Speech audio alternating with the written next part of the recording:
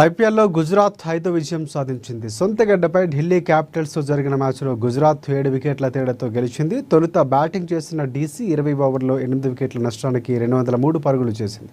ఈ భారీ లక్ష్యాన్ని గుజరాత్ 19.2 ఓవర్లను ఛేదించింది. వన్డౌన్ బ్యాటర్ జోస్ బట్లర్ 97 త్రుట్లో సెంచరీ మిస్ చేసుకున్నాడు. ఇక ఓపెనర్ సాయి సుదర్శన్ 36 దూకుడుగా ఆడాడు.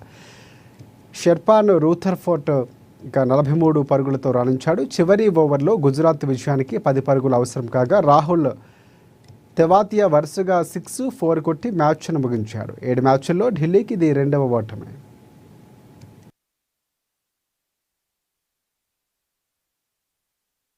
టాస్ ఓడి బ్యాటింగ్కు ఢిల్లీ బ్యాటర్లందరూ సమిష్టిగా రాణించడంతో భారీ స్కోరు చేసింది.